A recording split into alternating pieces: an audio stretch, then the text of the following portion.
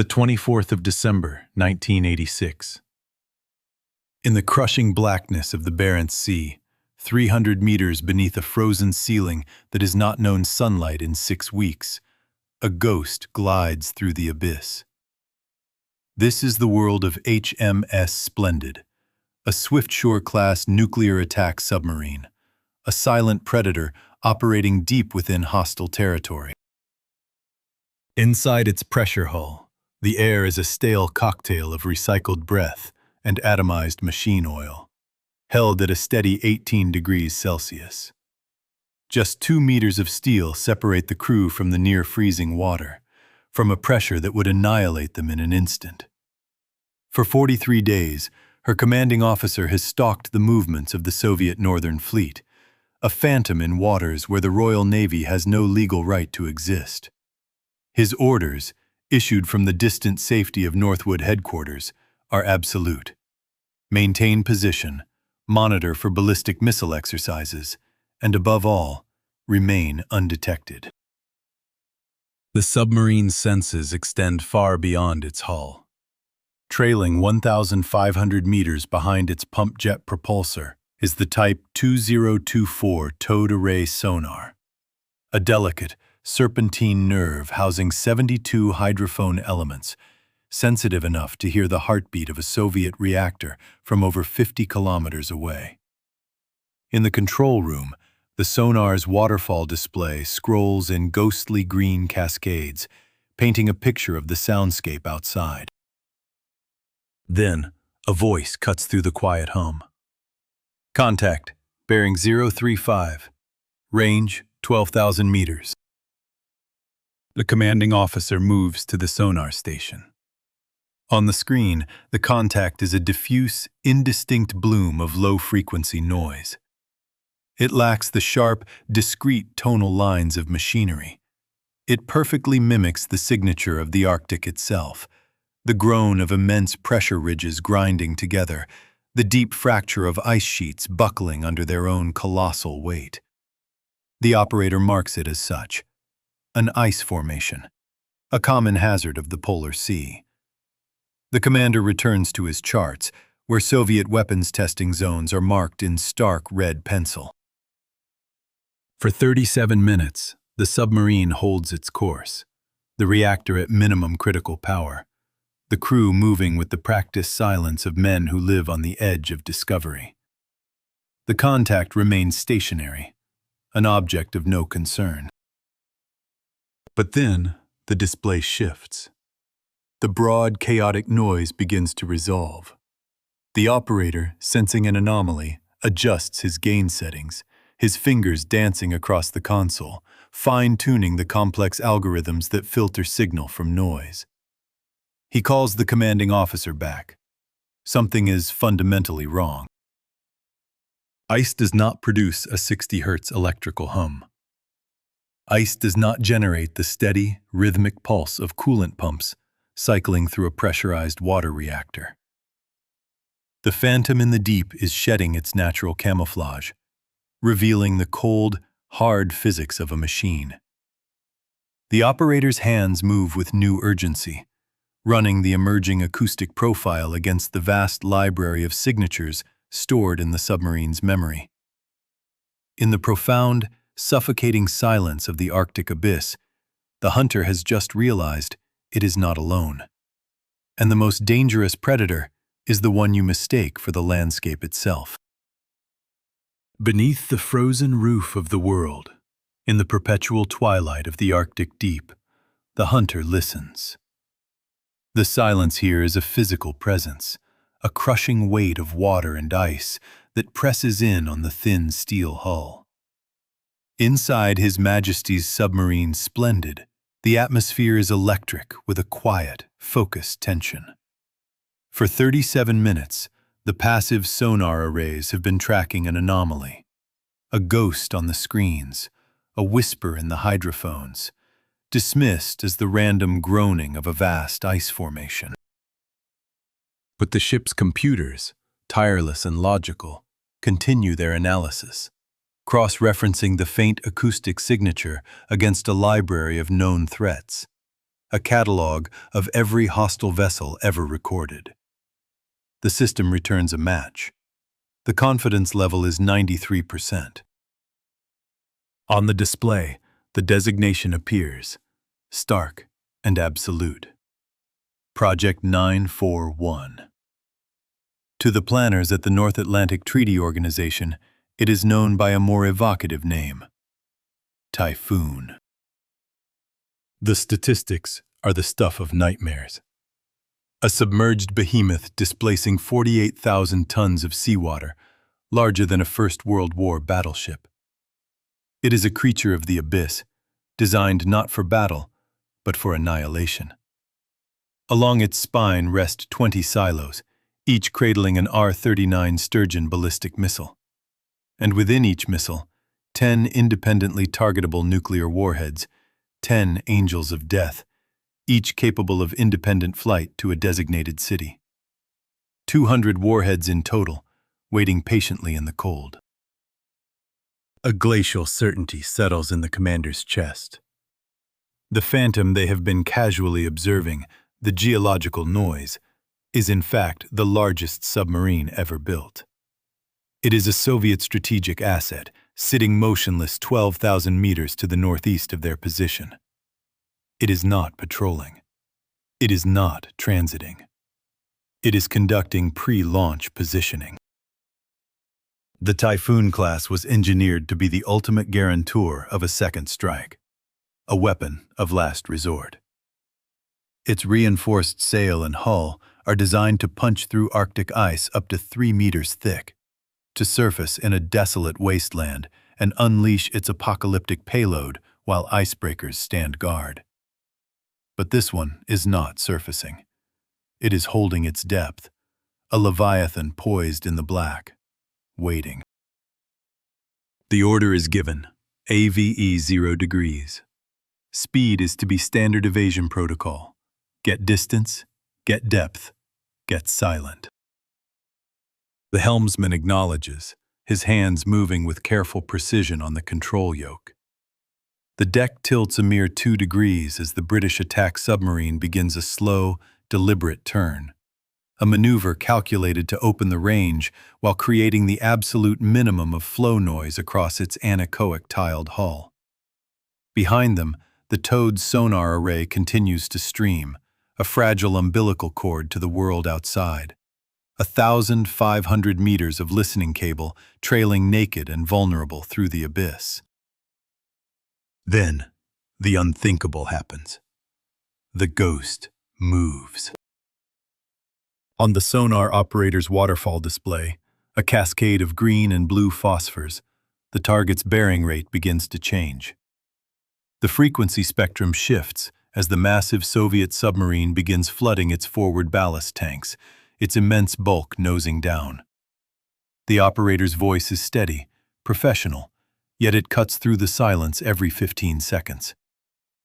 Bearing 035, 034, 033. The Typhoon is turning toward them. The commander feels his throat tighten. This is wrong. Soviet doctrine for their strategic submarines, their boomers, is unequivocal. They are the crown jewels of the Red Banner Fleet, precious national assets protected by layers of attack submarines and surface escorts. They do not hunt, they hide. Their sole purpose is to remain undetected until the final, terrible order is given. But this one is closing the distance. The Type 2 024 array, a marvel of acoustic sensitivity, begins to pick up additional signatures, sounds that chill the blood.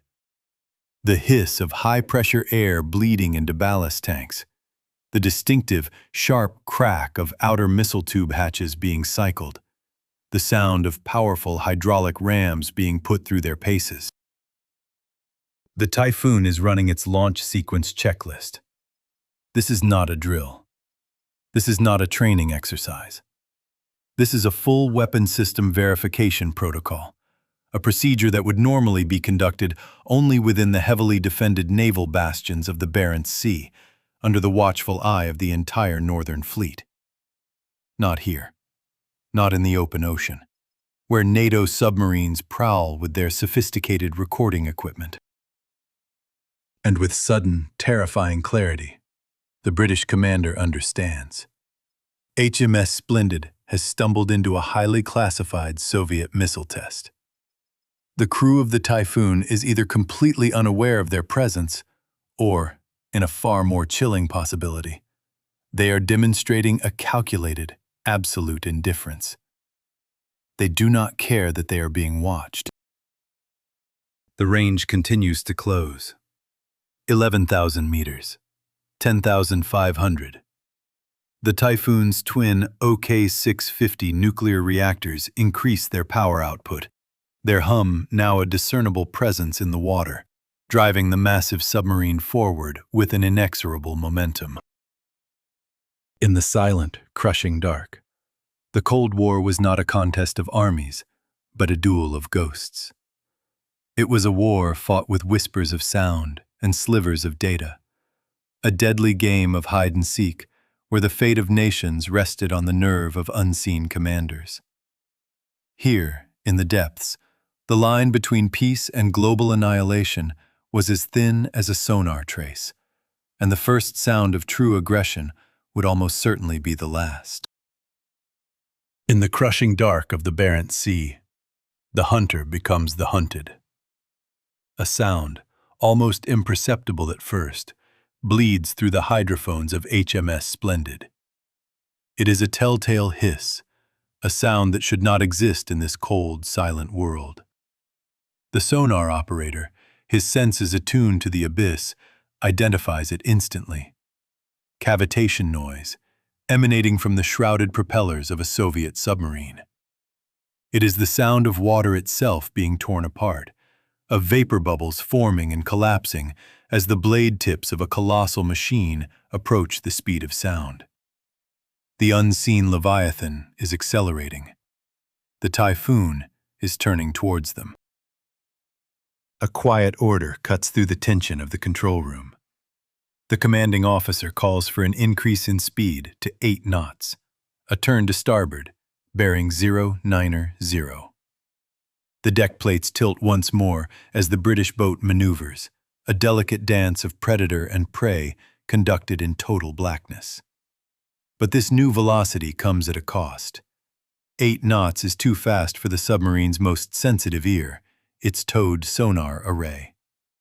Trailing far behind the hull, the 1,500 meters of delicate cable begins to strum against the current, a deep, resonant thrum that pollutes the very data it is meant to collect. This flow noise is a form of self-inflicted blindness, degrading the hydrophone's ability to listen. The sonar operator reports the signal degradation, his voice calm, professional, masking the urgency. He recommends a solution: reduce speed or reel in the array. But the commander knows the grim arithmetic of his situation. Reeling in the cable would take 40 minutes, an eternity in this lethal game.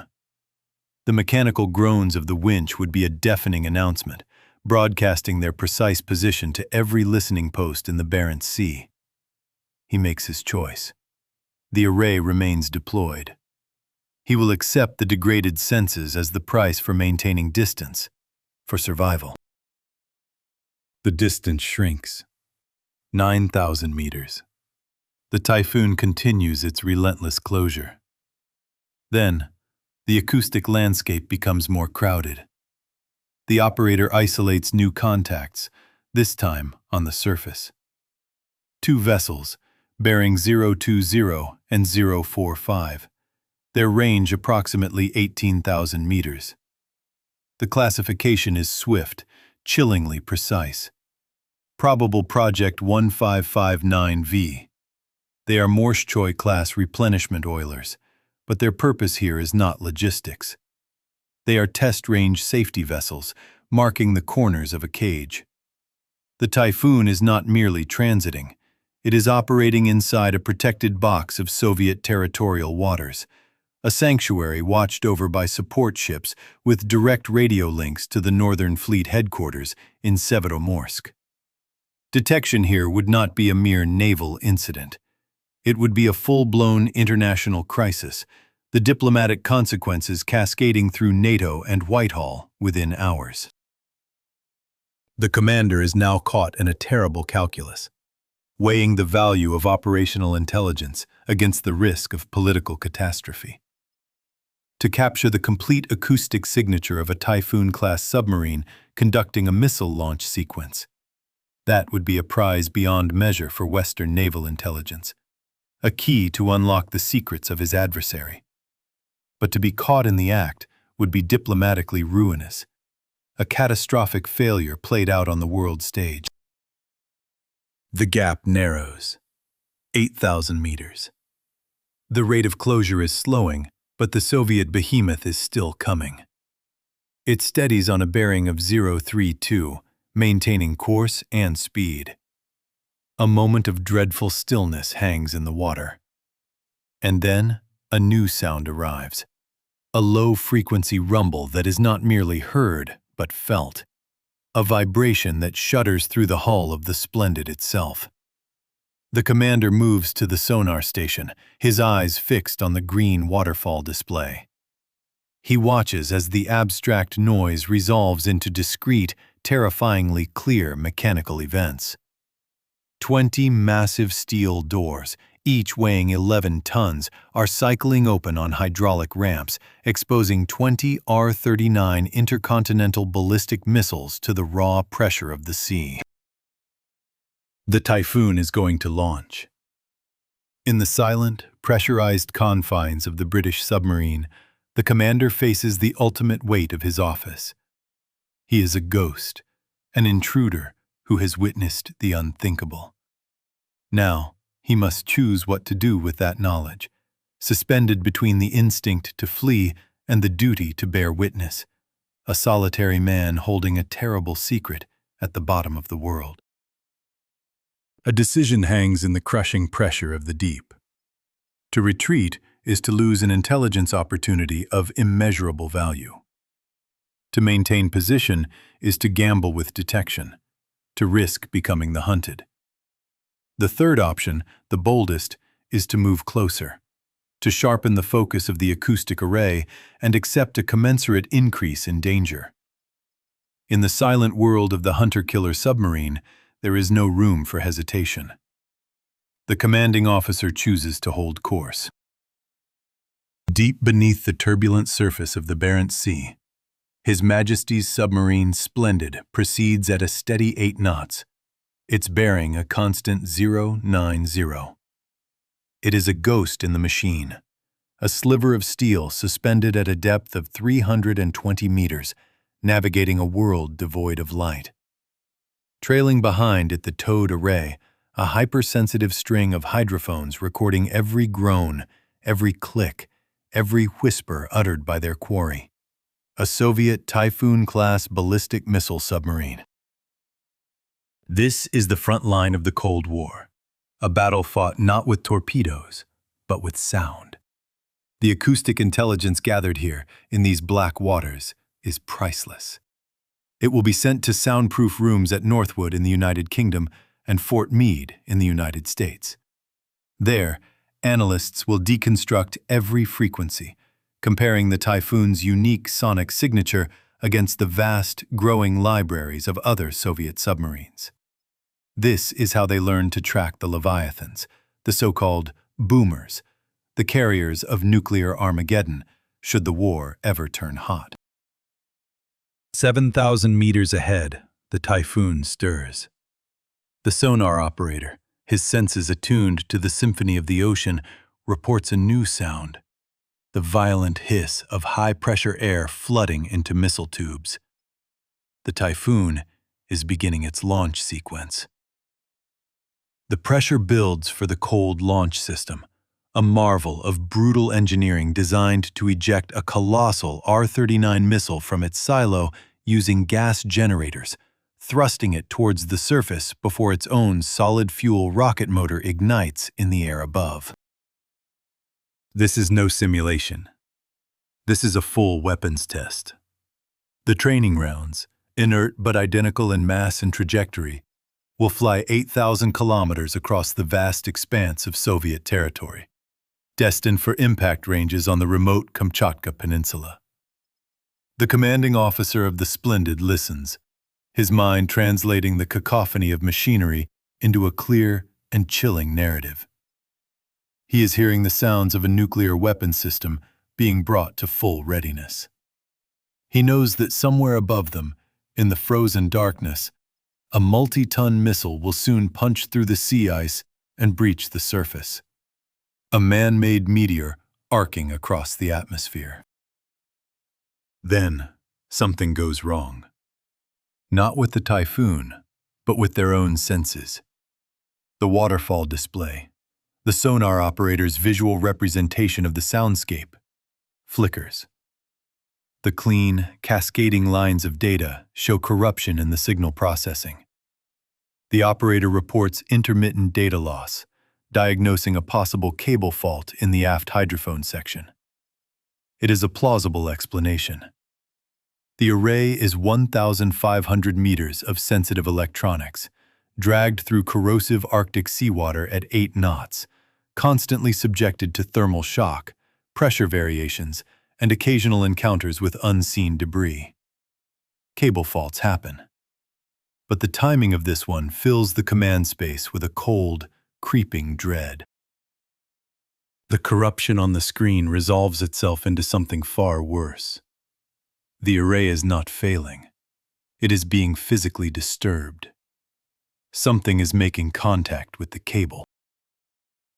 The sonar operator's voice, now stripped of its professional calm, reports a massive disruption in the acoustic data. There is complete signal loss from the aft 300 meters of the array.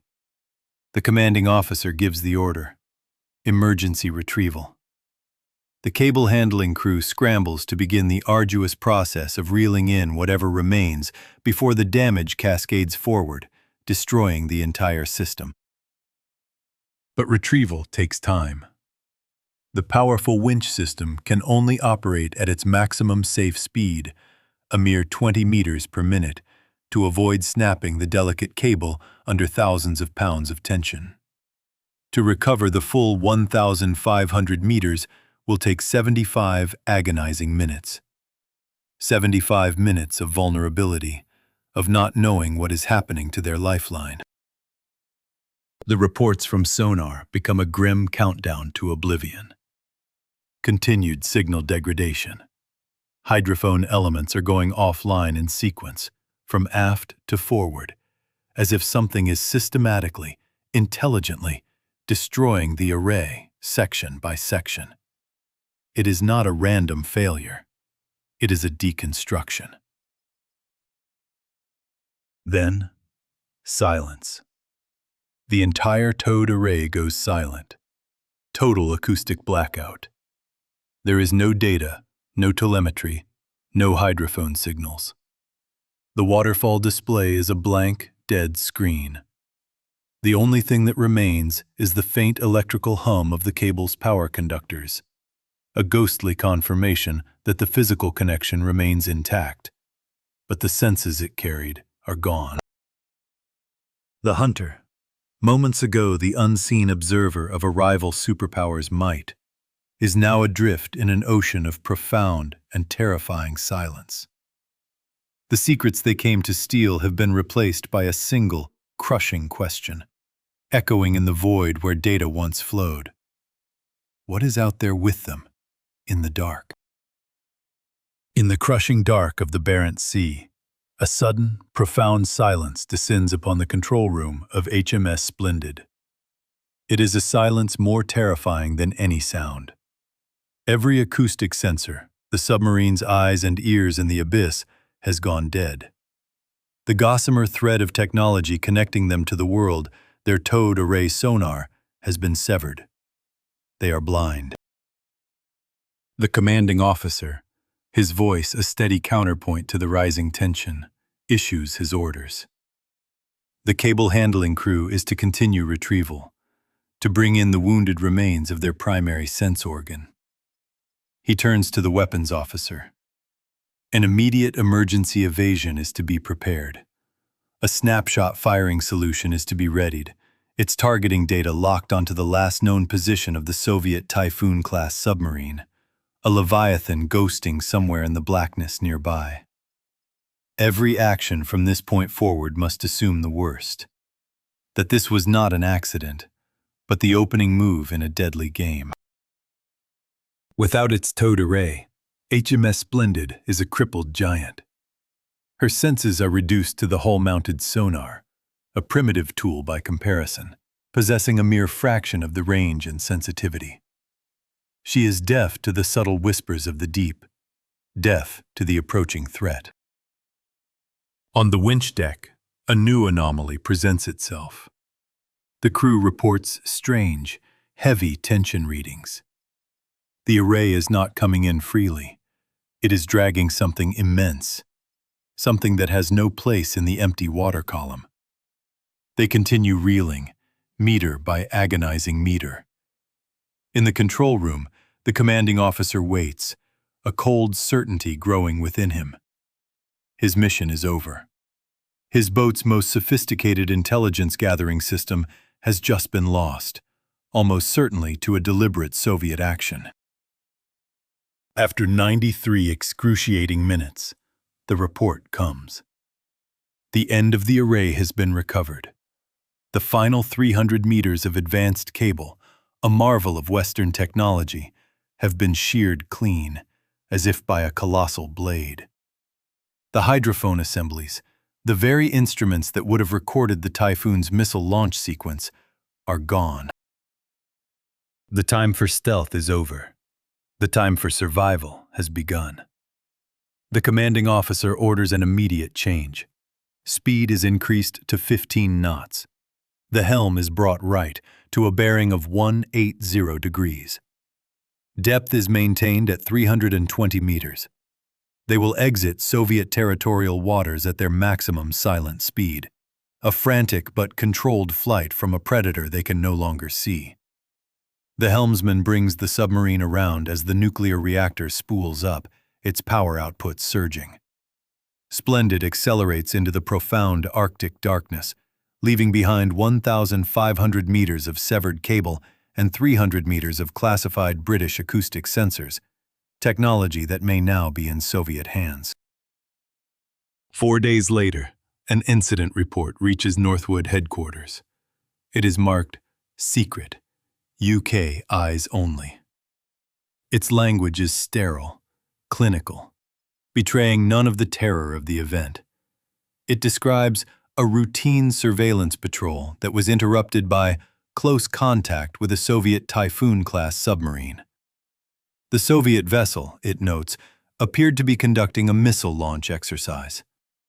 The report details the complete loss of the Type 2024 towed array sonar system due to unknown causes, speculating that it was possibly due to physical contact with the Soviet submarine or a deliberate Soviet countermeasure action.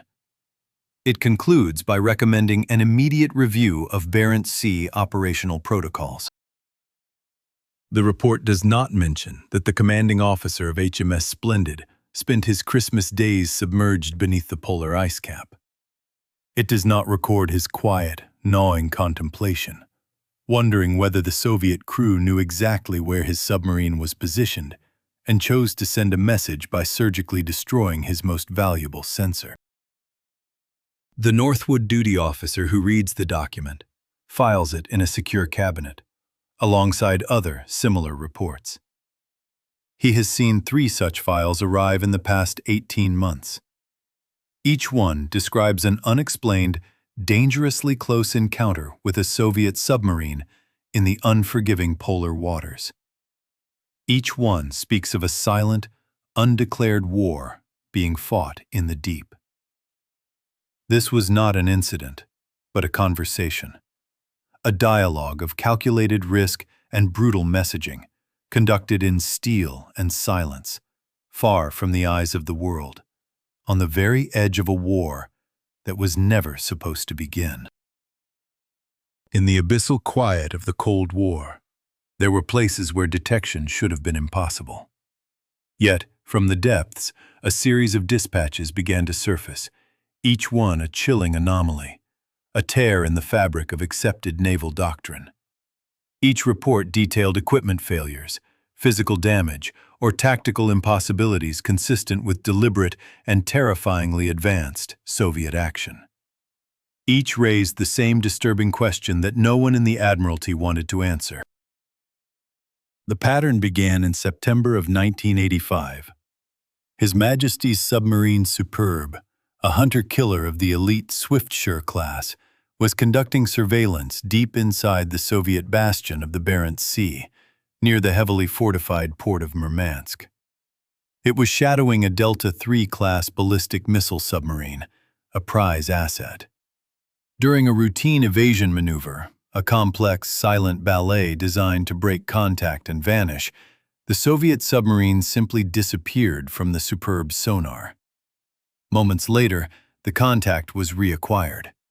It was the same Delta III, now at a range of only 2,000 meters, positioned directly astern. It was an impossible geometry. It was as if the Soviet boat had not been evaded at all, but had instead been calmly and contemptuously tracking the Superb's every move throughout the entire attempt to escape. 6 months later, in March of 1986, the chill deepened.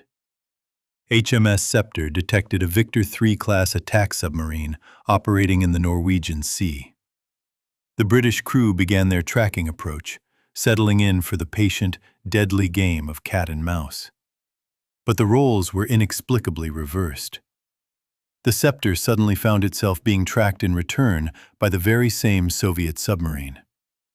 The Soviet commander then executed a perfect intercept course, not towards the Scepter's current location, but towards its projected position, a point in the ocean the British submarine would not reach for another 30 minutes.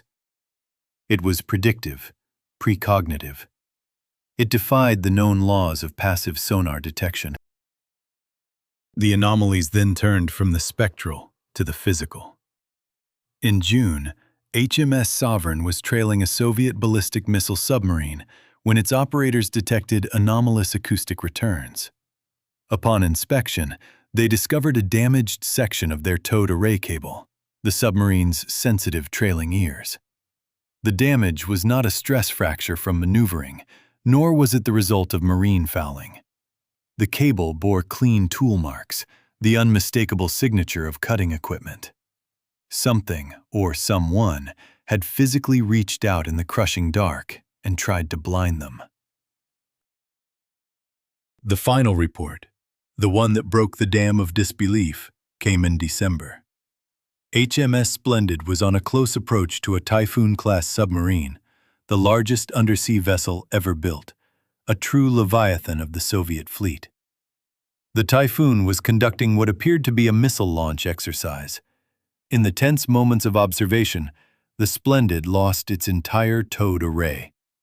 The multi-million-pound sensor suite was simply gone.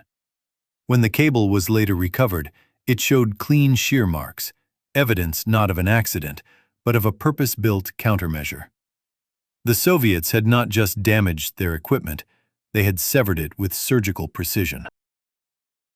The pattern was undeniable.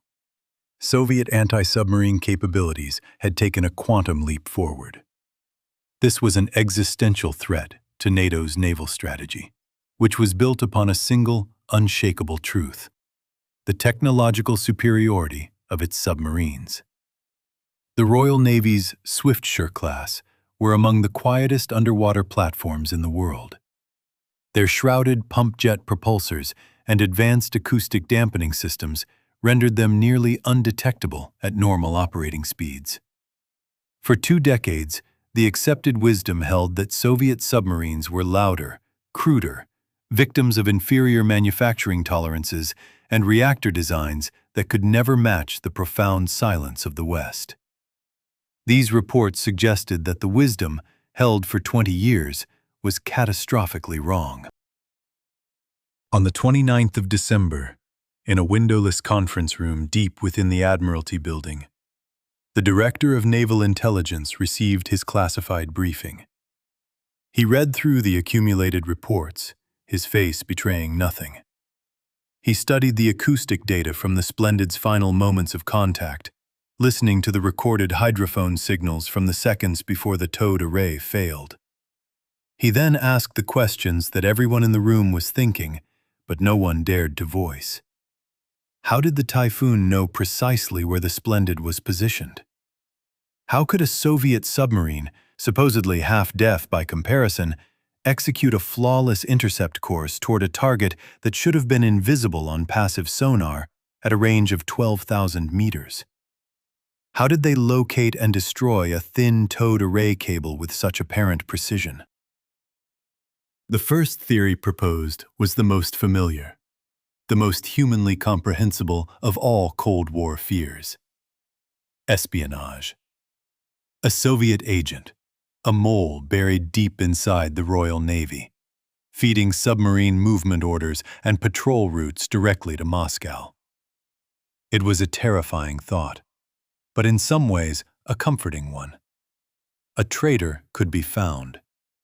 A technological advantage that rendered an entire fleet obsolete, however, was a nightmare from which there was no waking. The silence of the deep no longer promised concealment.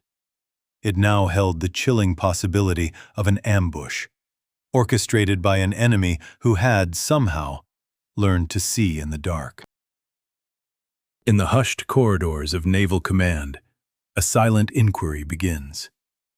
It moves with the stealth of the very vessels it seeks to protect, focusing first on the keepers of the most sensitive secrets: the submarine command staff.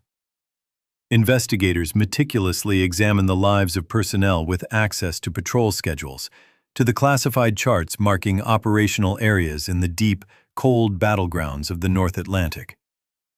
The search yields only shadows, the records immaculate, the personnel beyond reproach. They find nothing. The net is cast wider. It falls over the grease-stained hands of maintenance crews who ready the boats for their long, dark voyages. It scrutinizes the cryptographers and communications technicians who handle the coded whispers between boat and shore. Anyone who might possess a fragment of knowledge, a single piece of the puzzle of submarine deployments, is placed under a microscope. The result is the same: a profound and unsettling silence. Still nothing. Then, a chilling echo from across the Atlantic. The United States Navy shares its own disquieting reports. Their submarine force, the most powerful in the world, describes unexplained Soviet intercepts of close encounters in the abyssal dark that suggest an impossible, almost clairvoyant detection capability. The implication is stark, and it sends a tremor through the highest echelons of the Western Alliance. If there is a spy, this is no low-level operative. This is someone with access to the classified heart of both the Royal Navy and the United States Navy at an operational level. Such authority would require a senior officer within NATO headquarters itself, a figure with the clearance to see the interlocking patrol schedules of multiple Allied submarine forces. The investigation pivots. If the breach is not human, it must be technological. Perhaps the Soviets have engineered a revolutionary form of radar, a system so sensitive it can detect the brief exposure of a submarine snorkel or the fleeting glimpse of a periscope mask at ranges once thought impossible. Or perhaps, beneath the waves, they have deployed a ghost net of bottom-mounted acoustic sensors, a vast, silent network spread across the barren sea, tracking every propeller turn with unprecedented precision. Could the answer be in orbit? Satellites, armed with synthetic aperture radar, theoretically capable of detecting the minute thermal wake left by a nuclear submarine moving near the surface. The theories multiply, each more alarming than the last. But for every theory, there is a stubborn, inconvenient fact. None of them can explain how a Soviet Typhoon-class submarine, a behemoth of the deep, could detect and then flawlessly track a British Swiftshore-class hunter-killer at a depth of 300 meters, while both vessels were adhering to the strictest protocols of silent routine. Two apex predators, operating in the crushing blackness. One should have been invisible to the other. Yet it was not. The invisible wound begins to fester in the psyche of the silent service. In crudely lit briefing rooms, the psychological toll becomes apparent. Submarine commanders who once operated with absolute confidence in their acoustic and tactical superiority now report a heightened, gnawing anxiety during their patrols. The swagger of men who believed they commanded the unseen depths begins to falter. Some request reassignment to the comparative safety of surface ships. Others, men who dedicated their lives to the undersea realm, quietly retire. The crews, processing the disturbing new reality, understand. Their invincibility, a carefully constructed illusion, has been shattered. The Soviet Union has found a way to see through the darkness that was their ultimate shield. The question echoes through secure facilities and classified analysis centers. How are they finding our submarines? The answer, when it comes, does not arrive with the thunder of a defection or the flash of a satellite image. It emerges in fragments over 18 months of painstaking investigation. It comes not from Langley or Whitehall, but from a quiet office at the Defense Research Establishment Atlantic in Dartmouth, Nova Scotia. A physicist, poring over reams of oceanographic data, notices an irregularity, a ghost in the machine. The measurements, taken by Canadian research vessels operating off the Grand Banks, show faint thermal anomalies, almost imperceptible trails of warmer water persisting in the cold ocean for hours after a ship has passed. He writes a technical paper. Its title is unassuming, its contents revolutionary. It speaks of thermal wake detection. A single piece of paper, circulating through scientific committees, held the key. It was a testament not to the grand strategies of nations, but to the quiet, persistent curiosity that can illuminate the deepest, most dangerous of shadows. In the hushed, wood-paneled offices of Naval Intelligence in Washington, a single paragraph in a morning newspaper catches an analyst's eye. It is an innocuous report, yet it resonates with a series of troubling whispers from across the Atlantic. He recalls the classified after-action reports from British submarine commanders, men of the silent service left shaken after losing contact with Soviet hunters in the cold, dark waters of the North. These were Soviet vessels that, by every known measure of Western technology, should never have been able to find them in the first place.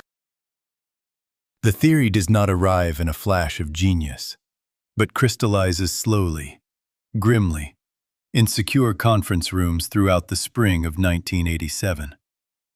It is a conclusion so radical, so contrary to decades of undersea doctrine, that it is spoken only in hushed tones. The Soviets are not using active sonar, the telltale ping that would give away their own position. They are not using advanced radar, useless beneath the waves.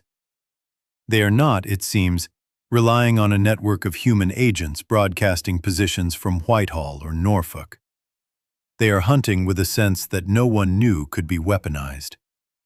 They are detecting the ghost of the submarine itself.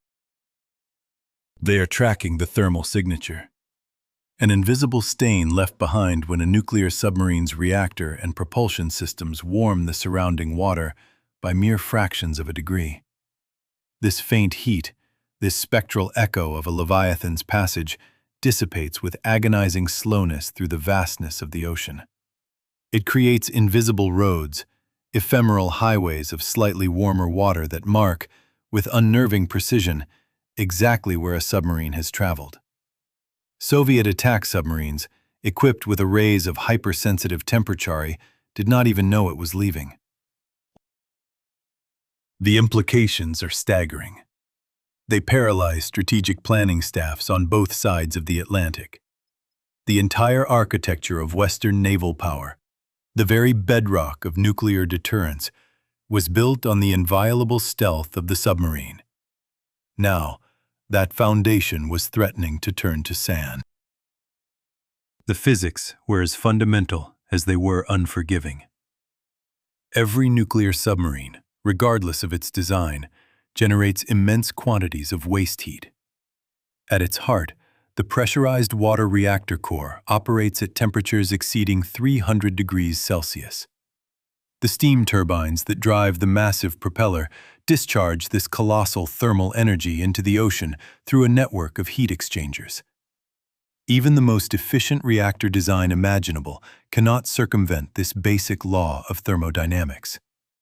A submarine moving at a modest 15 knots for just 6 hours leaves behind a thermal wake extending for 100 kilometers, a spectral scar detectable for 12 to 18 hours, depending on the ocean's conditions.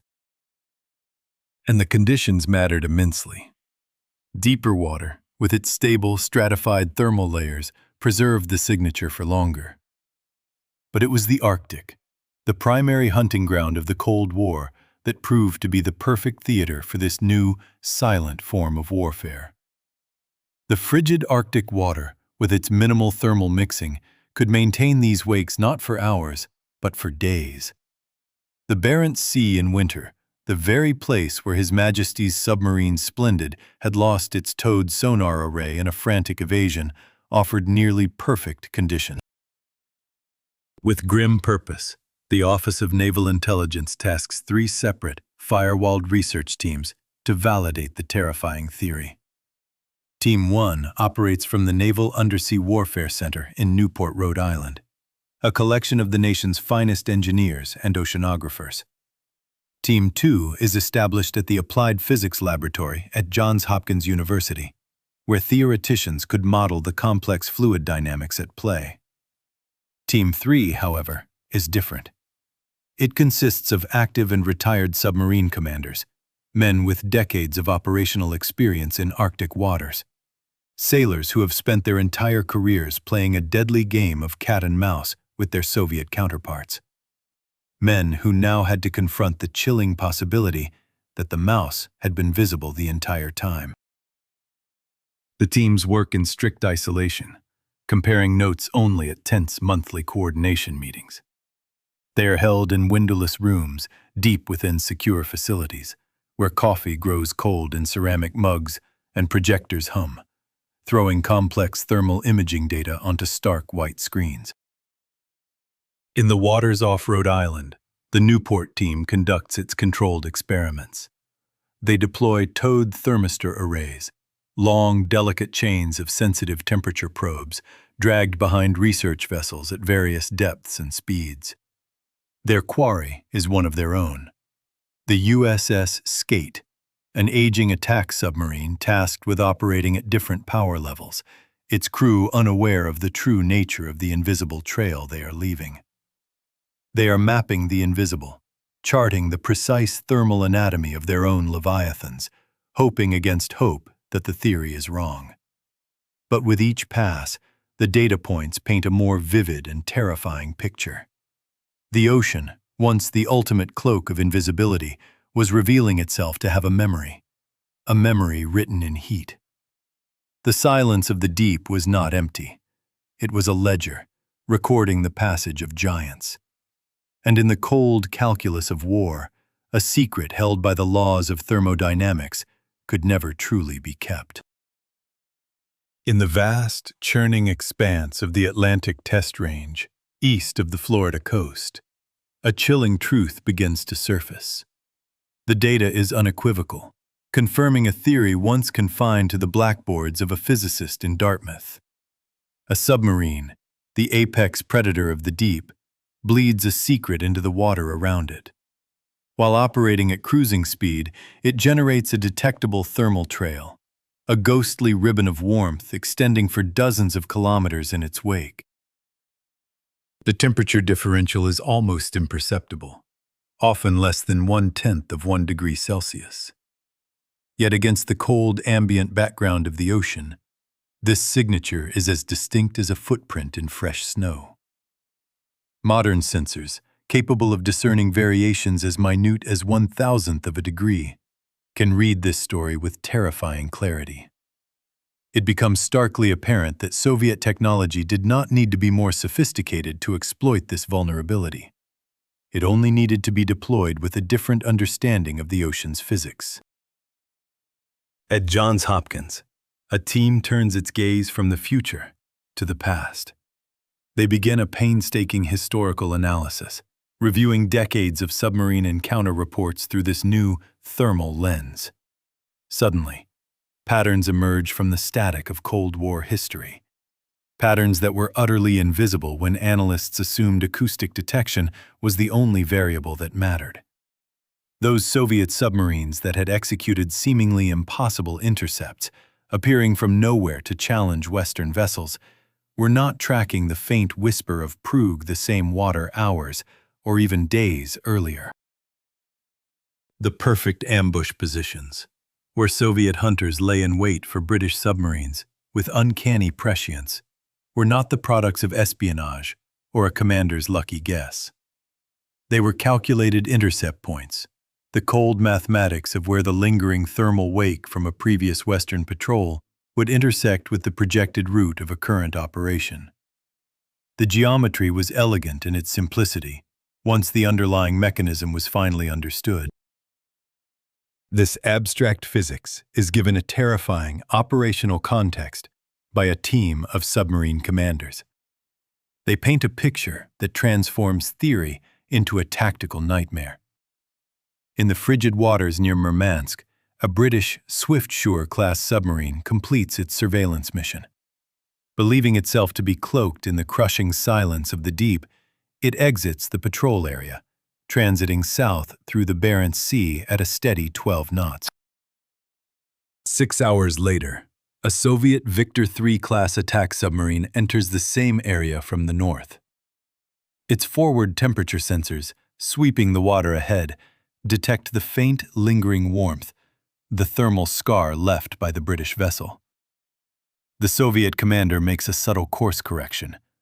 He is no longer 100 pursuit, gradually closing the distance while maintaining complete acoustic silence. 12 hours after the British submarine has passed, the Soviet hunter achieves a perfect firing position, 3,000 meters astern of a target that sails on in blissful ignorance, deaf to its own doom.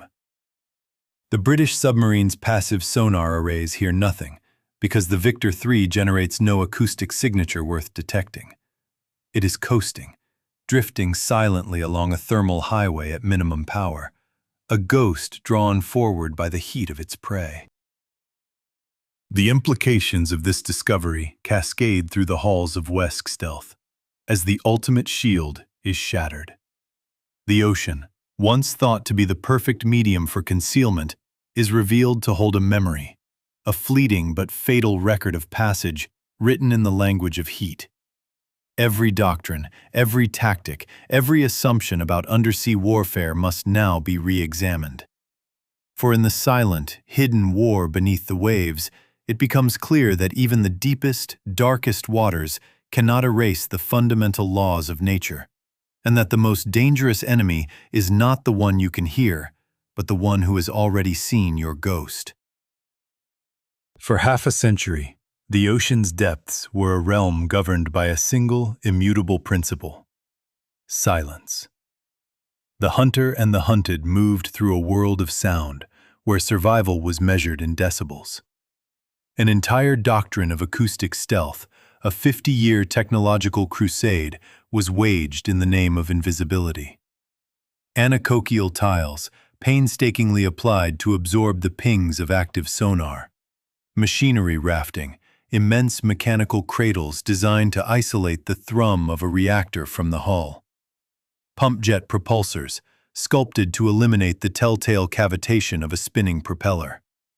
These were the expensive, exquisite solutions to the problem of being heard. And then, overnight, this entire edifice of stealth crumbled. All of it was rendered meaningless. The ghost in the machine was betrayed not by the noise it made, but by the warmth it shed. The enemy, it was discovered, could track a submarine by its temperature signature alone. A subtle disturbance, a fleeting thermal scar left in the frigid water, a signature as undeniable as a fingerprint. Every Western submarine operating in the northern Atlantic was now vulnerable. The strategic calculus, which assumed these billion-dollar phantoms could operate with impunity in Soviet waters, conducting surveillance and gathering intelligence, collapsed under the weight of this new, chilling relays of thermistors, guided by patient Co. In an office overlooking the slate-gray Thames, on a somber morning in May of 1987, the future of Western undersea dominance was being decided. The Director of Naval Intelligence delivered his report to the First Sea Lord. The briefing lasted a mere 40 minutes, but its shockwaves would be felt for a decade. At its conclusion, the First Sea Lord asked 3 questions. First, how long have the Soviets possessed this capability? The director's answer was grim. Intelligence suggested Soviet research into thermal wake tracking began in the late 1970s. Operational systems, it was believed, had been deployed on their newer submarine classes since approximately 1983. For at least 4 years, they had been watching. Second, can we detect when Soviet submarines are using thermal tracking against our boats? The answer was a single, devastating word. No. Thermal tracking is entirely passive. It emits nothing. It generates no electromagnetic signature.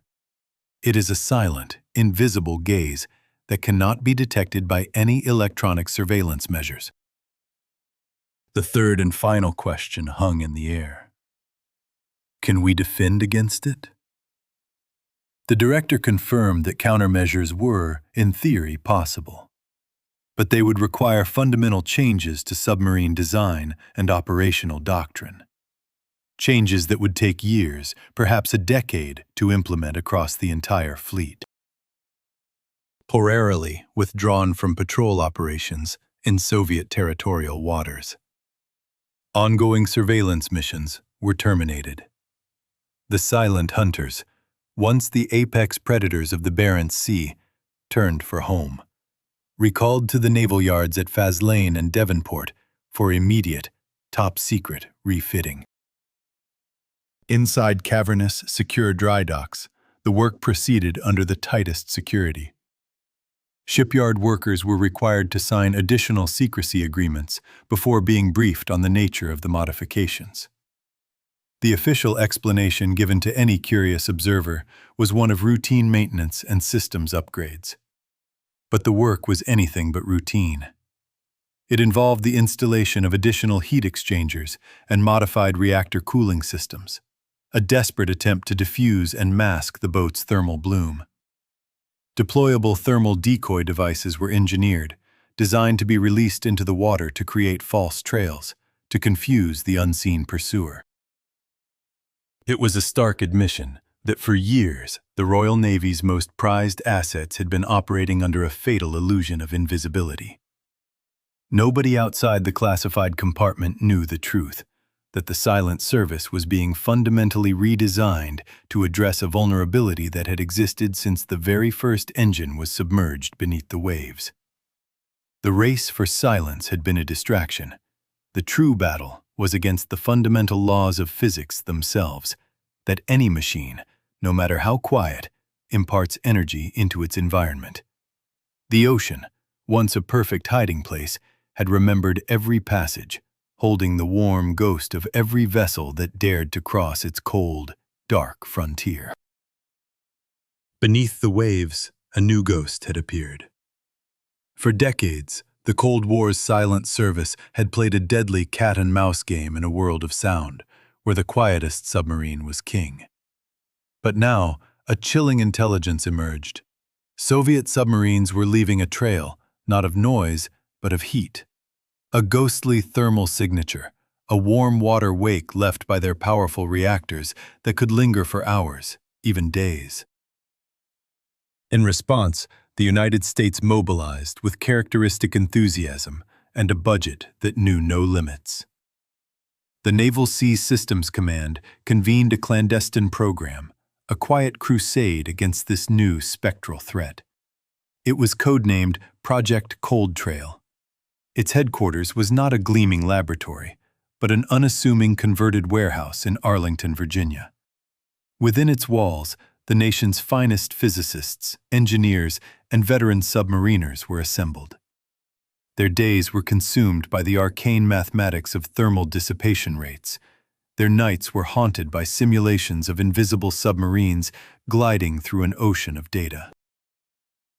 The project advanced along 3 parallel tracks, a trident aimed at the heart of the problem. Track 1 was a monumental engineering challenge, the development of active thermal camouflage.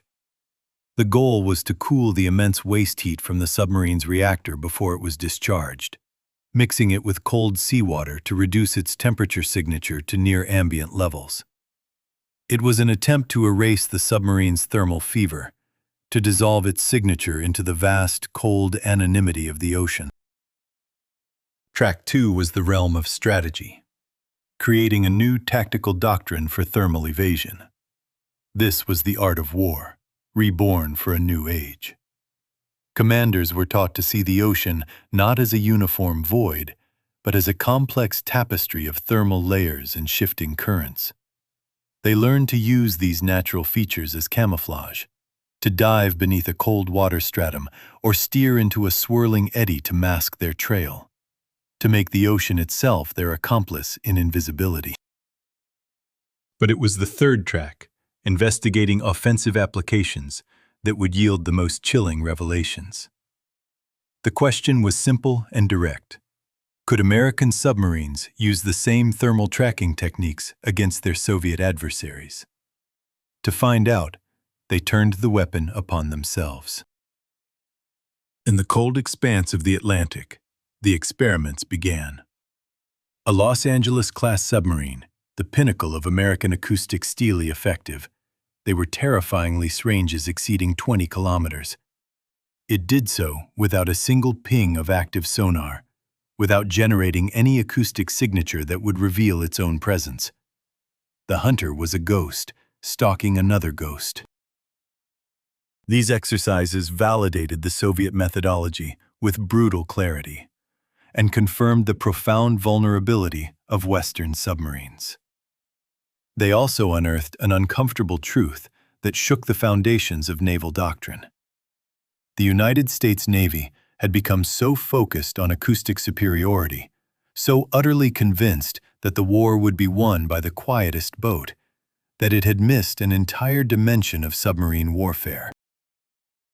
Soviet naval theorists, operating with acoustically inferior technology, had been forced to innovate. Their submarines were inherently noisier, a disadvantage they could not engineer away. And so, as compensation, they developed thermal tracking. In doing so, they had stumbled upon a detection method that was agnostic to its target. It worked equally well against the loud and the quiet. It rendered the priceless advantage of acoustic stealth utterly irrelevant. The psychological impact on the crews was a crisis that naval psychiatrists struggled to comprehend. Submariners were a unique breed, volunteers who accepted a litany of known risks: catastrophic mechanical failure, a reactor accident, the percussive violence of a depth charge attack, a deep ocean collision. These were comprehensible dangers, terrors with precedent and protocols. But this was different. The idea that their vessel, their sanctuary, was leaving a glowing trail through the ocean, a spectral scar visible to an unseen enemy, violated the fundamental trust between man and machine. For years, they had been broadcasting their precise position without ever knowing it. The submarine was supposed to be the ultimate refuge. Its steel pressure hull and the crushing weight of the water above were meant to provide absolute protection through invisibility. That covenant was now broken. The deepest, darkest corners of the ocean no longer offered sanctuary. They now held the chilling certainty of being seen. In the silent, crushing dark of the deep ocean, the hunter-killer submarine was the apex predator. Its advantage was absolute, its lethality predicated on a single, inviolable principle: invisibility. But a new physics was rewriting the rules of this abyssal war. A phantom signature, a ghost left in the water itself, betrayed the machine's passage. This was the dawn of thermal wake vulnerability. There is no true invisibility, only a fleeting illusion of safety. An illusion that shatters the moment an enemy boat materializes at firing range, its torpedo tubes already flooded, a firing solution already perfected. The psychological impact on the silent service was immediate and profound. A crisis of faith rippled through the submarine fleets of the West. Crew retention plummeted. The most experienced commanders, men who had spent decades mastering the art of undersea warfare, began requesting transfers to the relative safety of surface ships or the quiet predictability of shore duty. The lifeblood of the service, its next generation of sailors, began to thin. Recruitment declined as word spread through the naval towns and academies. The boats were no longer the impenetrable fortresses they were advertised to be. Facing a potential collapse in morale, the Royal Navy moved to address the crisis, not with denial, but with stark honesty. A campaign of counseling, improved training, and transparent communication was launched. In secure briefing rooms, submarine crews were shown the unvarnished truth. They saw the intelligence, the data confirming the threat. But they were also brought into the fold. They were shown the experimental thermal camouflage systems being installed on their hulls, intricate networks designed to bleed heat more diffusely into the surrounding water. They were taught a new doctrine of thermal evasion, a delicate dance of depth and speed designed to minimize the wake's signature. The message was clear. The problem is real, but solutions are being forged in the fires of necessity. The vulnerability, while significant, was not insurmountable. The submarine service would remain a dangerous profession, but it would be a danger understood, confronted, and actively being mitigated. Throughout 1987 and 1988, the Soviets demonstrated their newfound capability with calculated, chilling precision. In the frigid expanse of the Norwegian Sea, British submarines conducting meticulously planned surveillance operations would suddenly find themselves shadowed. Soviet attack submarines, Victor IIIs and Akulas, would appear from nowhere.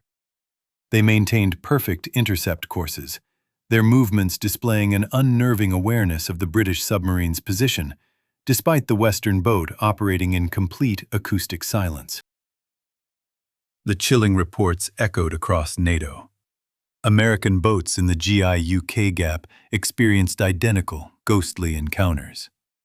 French submarines, German submarines, every Allied force operating in the northern waters reported these impossible detection events. The evidence was irrefutable. The Soviets had deployed a fleet-wide thermal tracking system, and it worked. Yet, these encounters were not acts of aggression.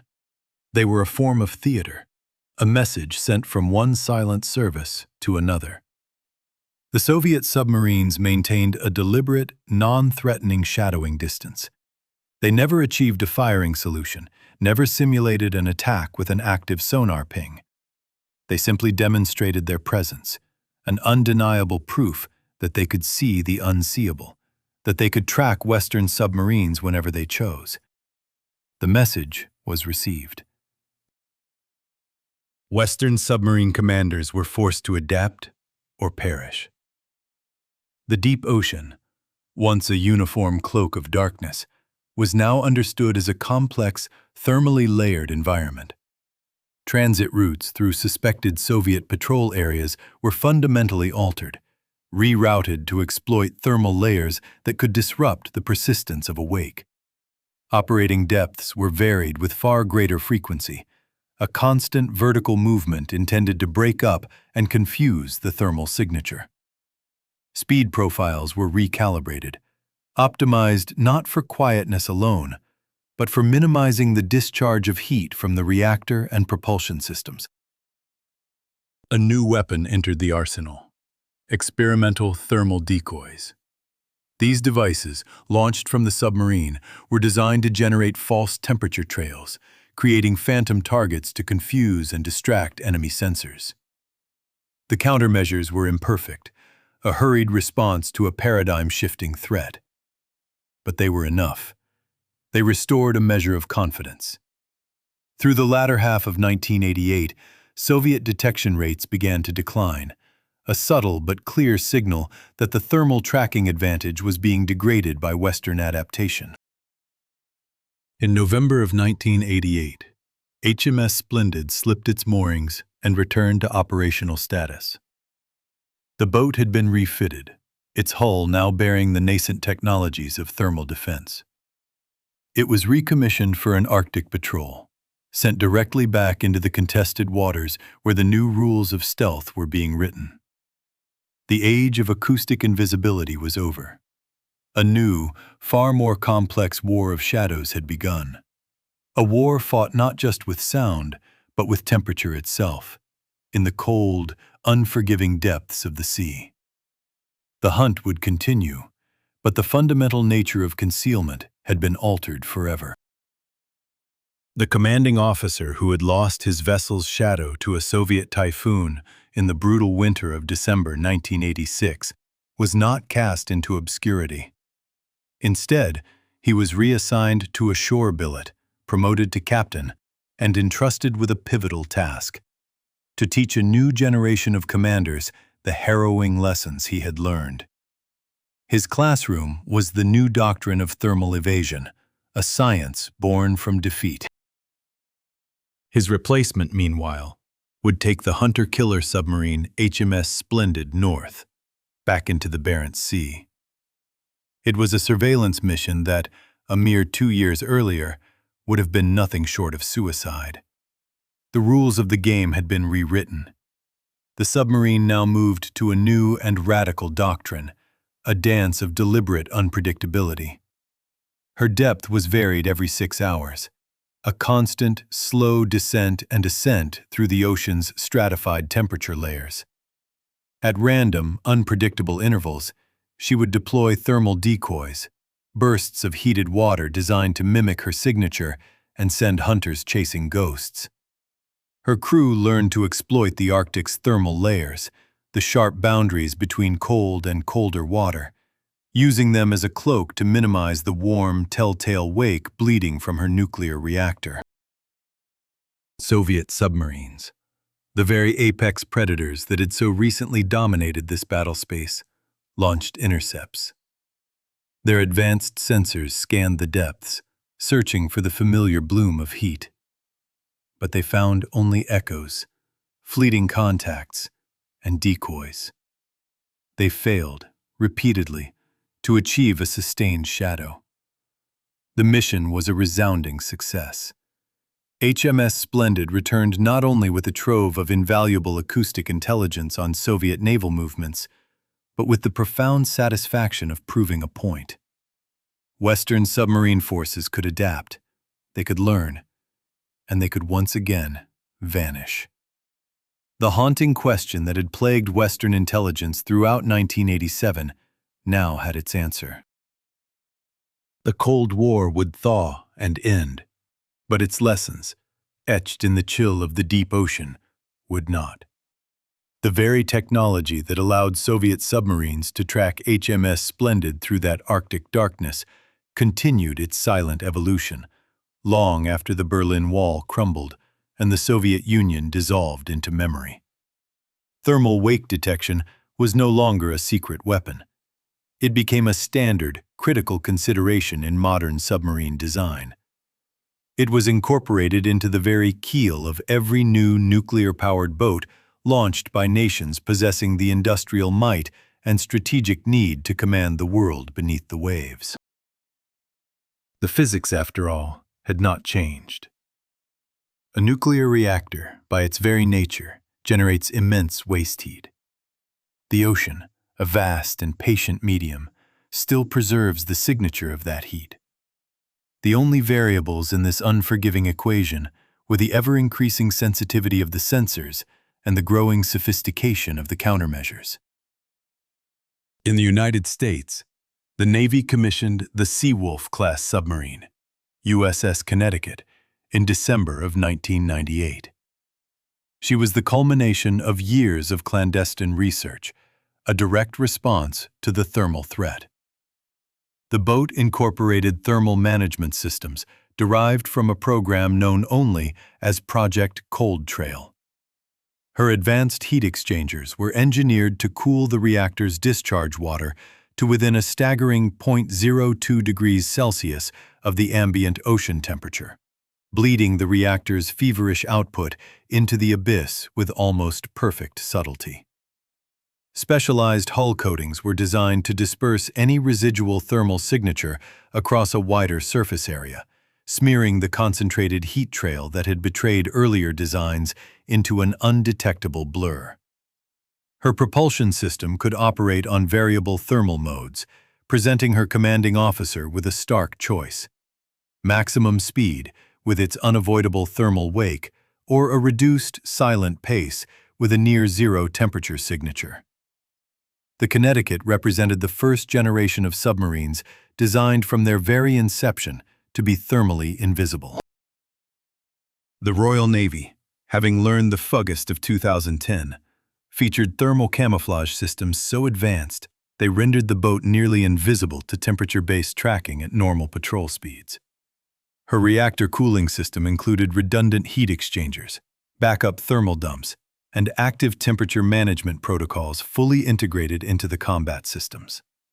On dedicated displays, the weapons officer could now monitor the boat's real-time thermal signature strength, watching their own ghost in the machine, a constant digital reminder that in the modern era, silence is no longer enough.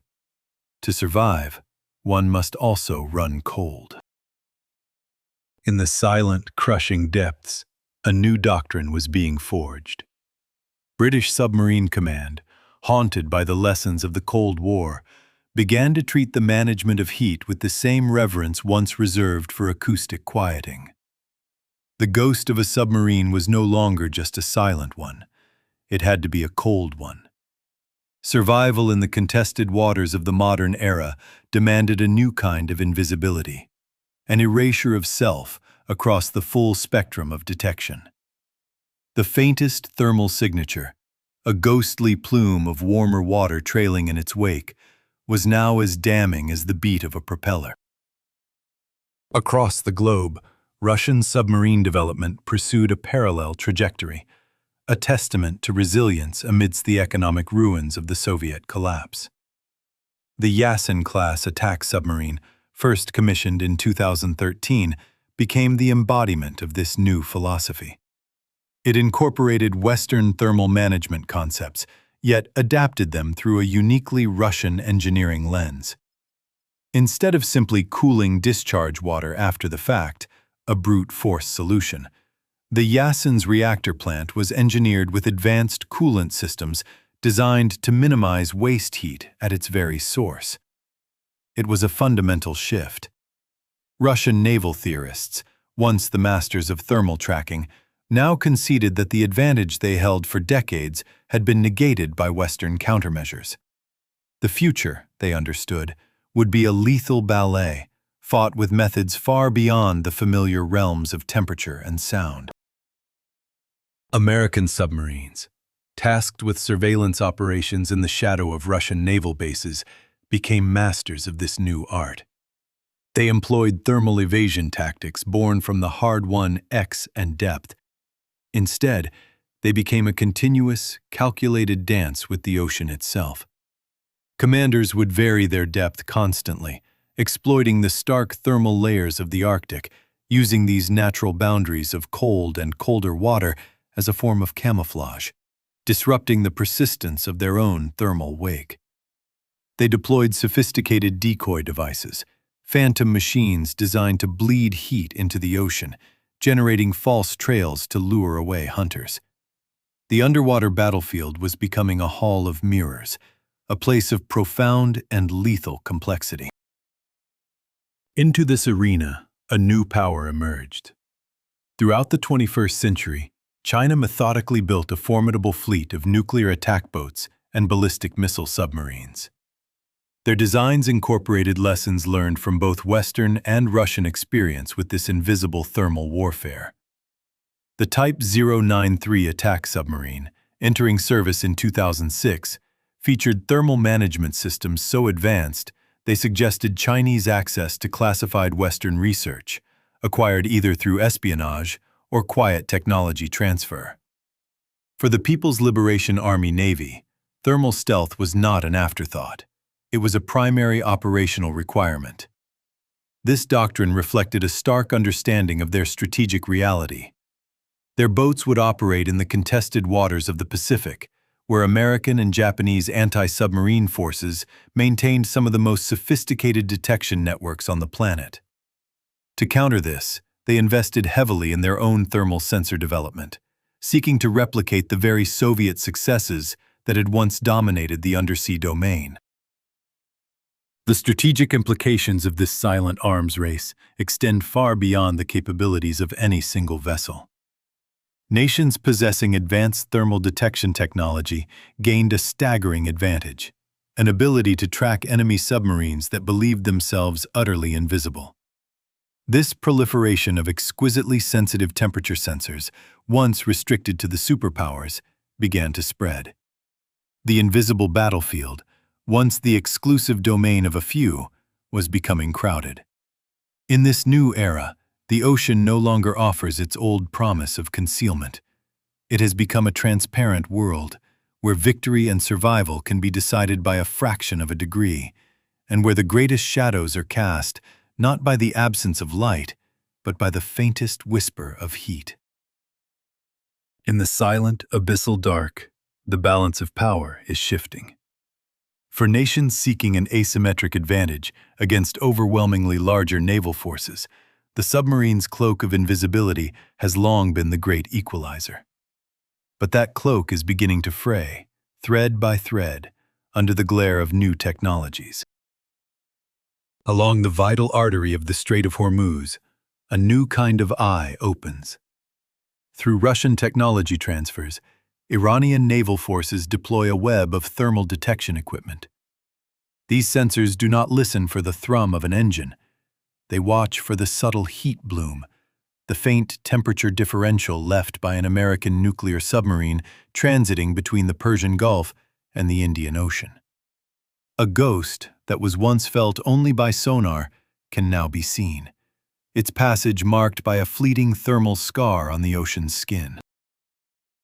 Further east, in the tense waters of the Sea of Japan, a similar story unfolds. North Korea's submarine fleet, though technologically primitive in most respects, is being upgraded. The integration of thermal sensor packages grants these aging vessels a sense of sight they never possessed, improving their ability to stalk South Korean and American boats. The democratization of this technology means the hunter can now be hunted by almost anyone. For Western navies, the chilling consequence is the death of assumption. They must now operate as if under constant surveillance in any contested waters. For an American submarine commander gliding near a hostile coastline, mission planning has been irrevocably altered. Every calculation is now predicated on the assumption that their thermal signature will be detected. Success is no longer defined by perfect stealth, but by a grim calculus. Either accept the risk of being seen, or operate at drastically reduced speeds, minimizing the temperature trail but sacrificing tactical agility. The psychological impact of this new reality is profound, mirroring a chilling revelation from the Cold War. After the British submarine HMS Splendid had its famous encounter with a colossal Soviet typhoon, a new doctrine was born of the experience. There is no true invisibility. There are only degrees of visibility, fleeting windows of concealment that must be managed through superior engineering, innovative tactics, and the cold, calculated acceptance of risk. As thermal management improves, the search for the unseen accelerates, branching into new and exotic sciences. In military laboratories, researchers investigate the ocean's memory, tracking the persistent wake turbulence left behind by a submarine's passage.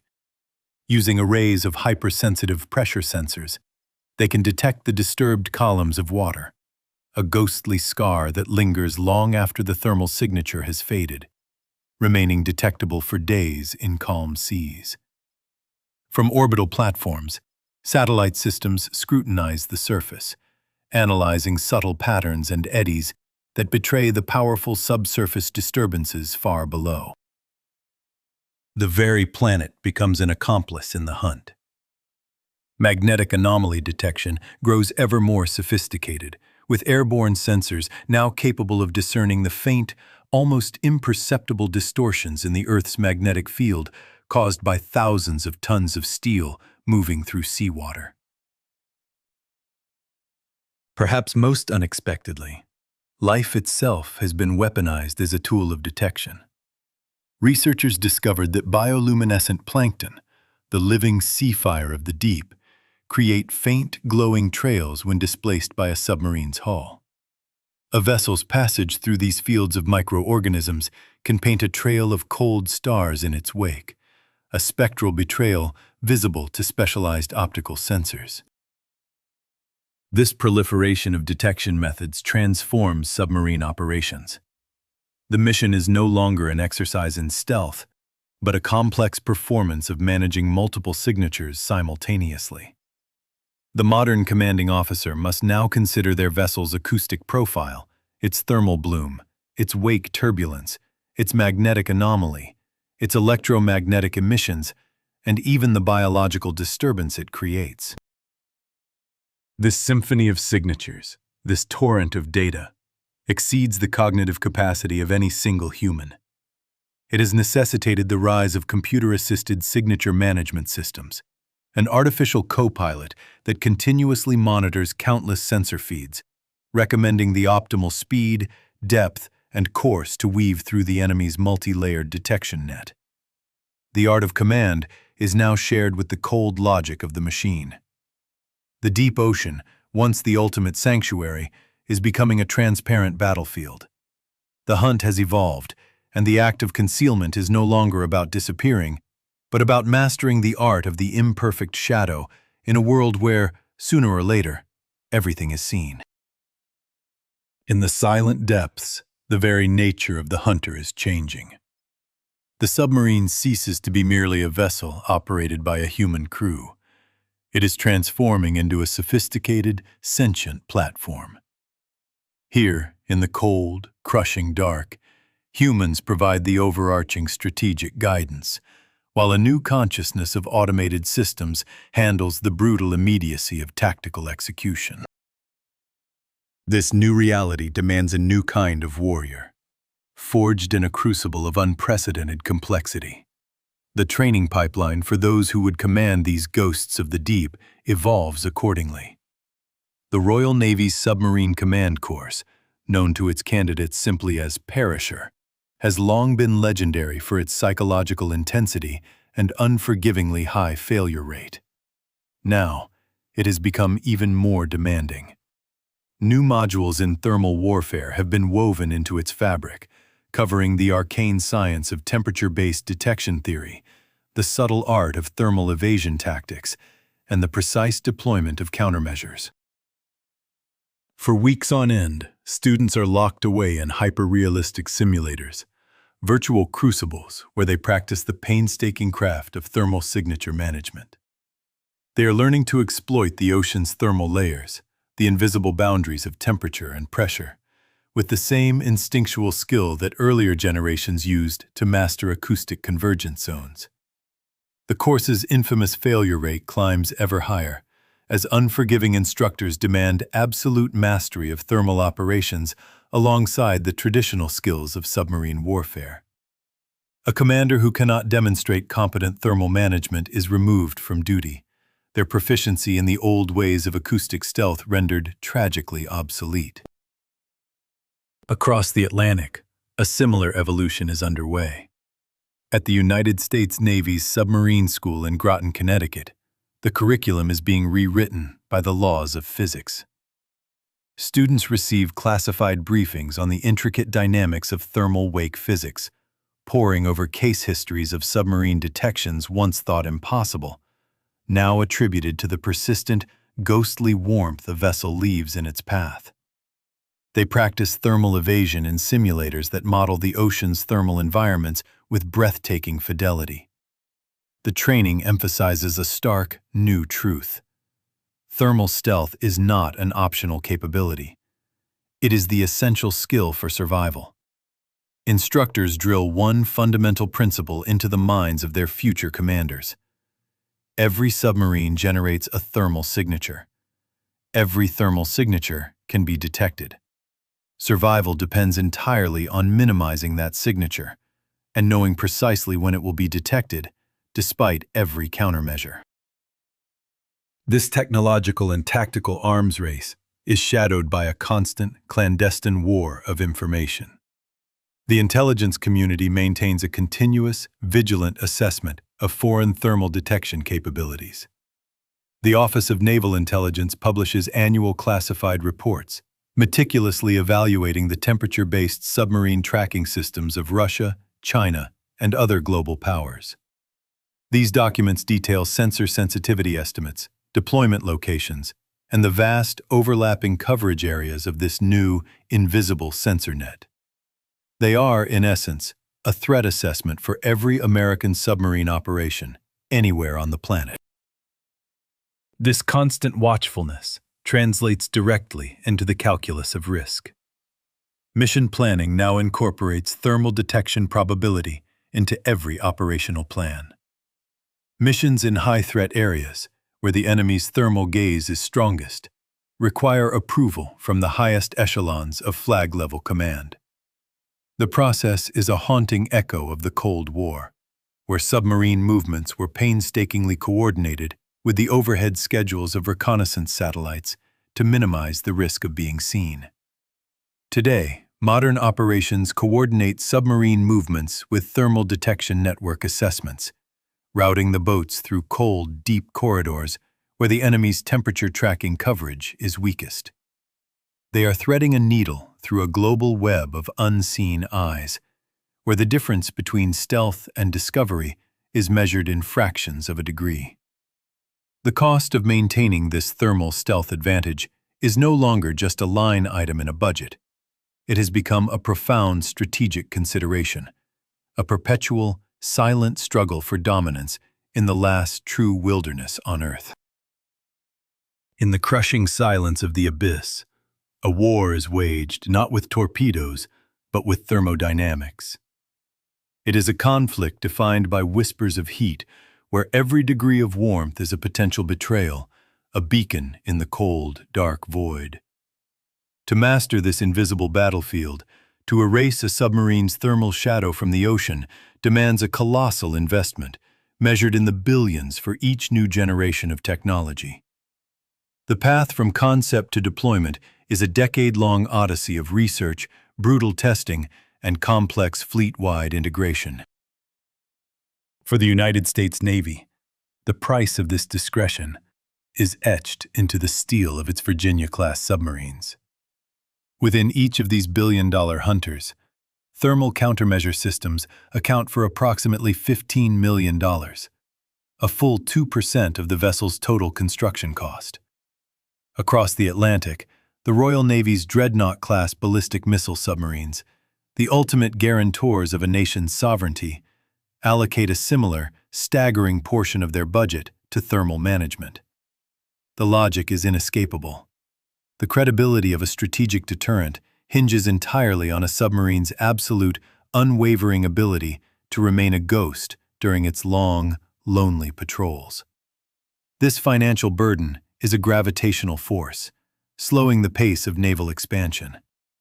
The immense cost of thermal stealth contributes directly to STR's oceans. Yet for some nations, The solution is not to muffle the fire, but to extinguish it entirely. They pursue an alternative philosophy, one that seeks to avoid generating a significant thermal signature in the first place. This is the world of air-independent propulsion, a revolutionary technology that allows conventional, non-nuclear submarines to operate submerged for weeks, not days.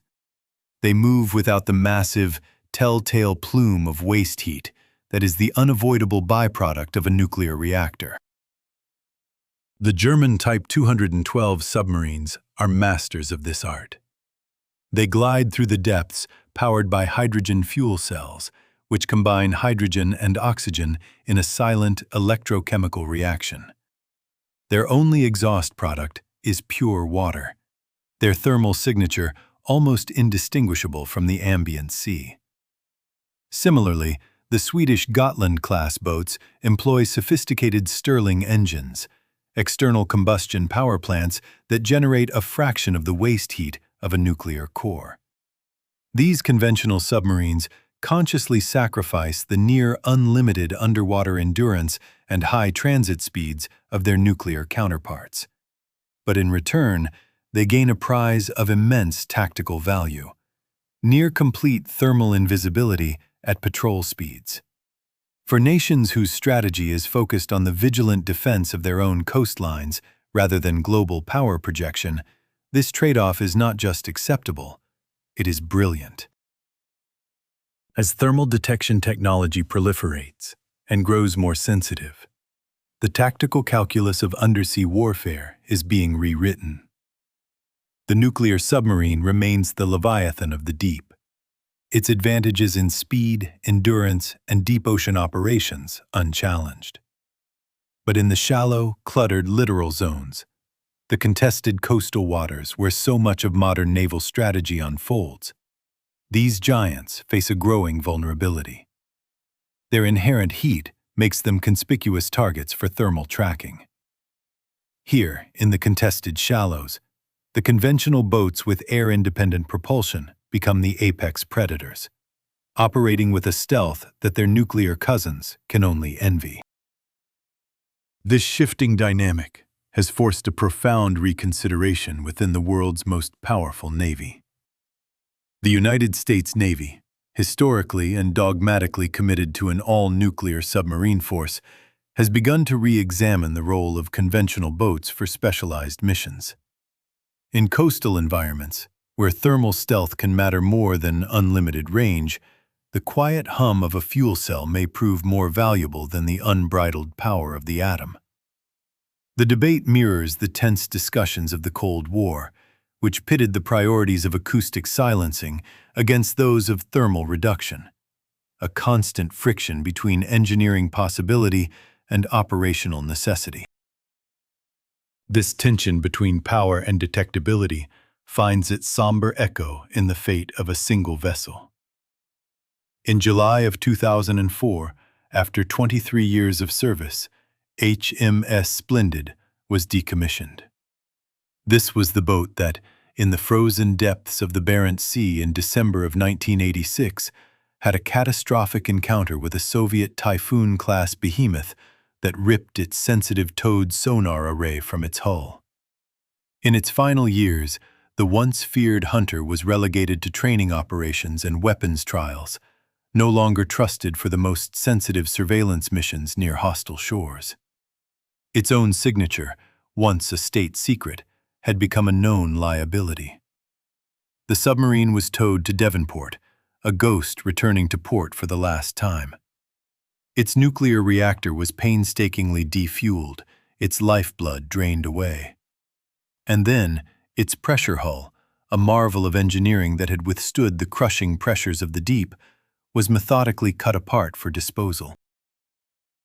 The story of HMS Splendid is a parable for the relentless cycle of undersea warfare.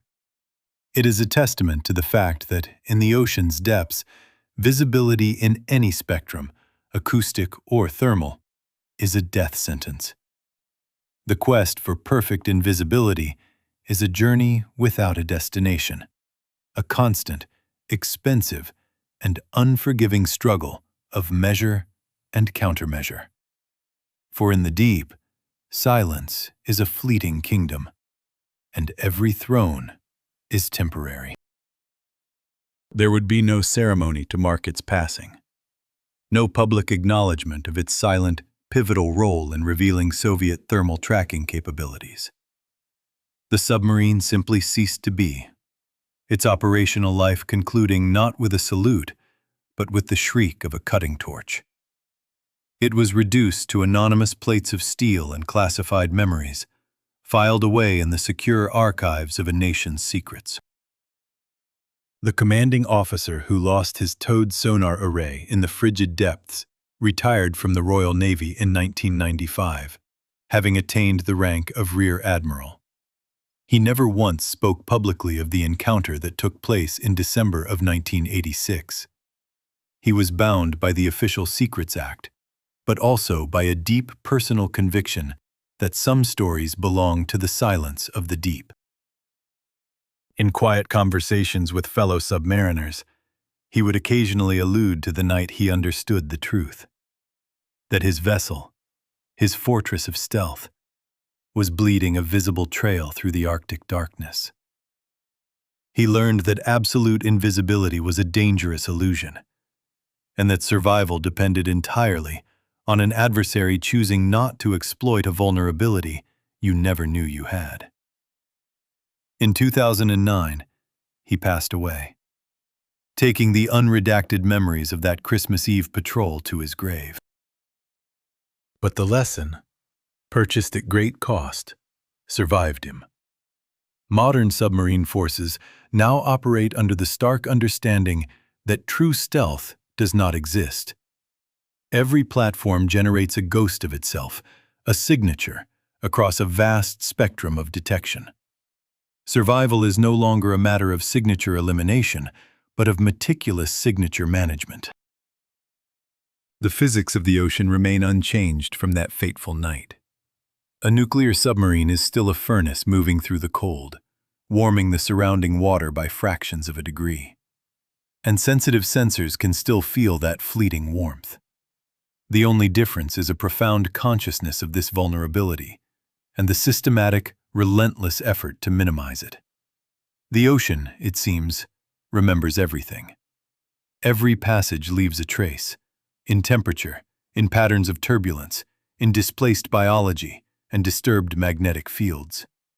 Some of these whispers persist for hours, others for days.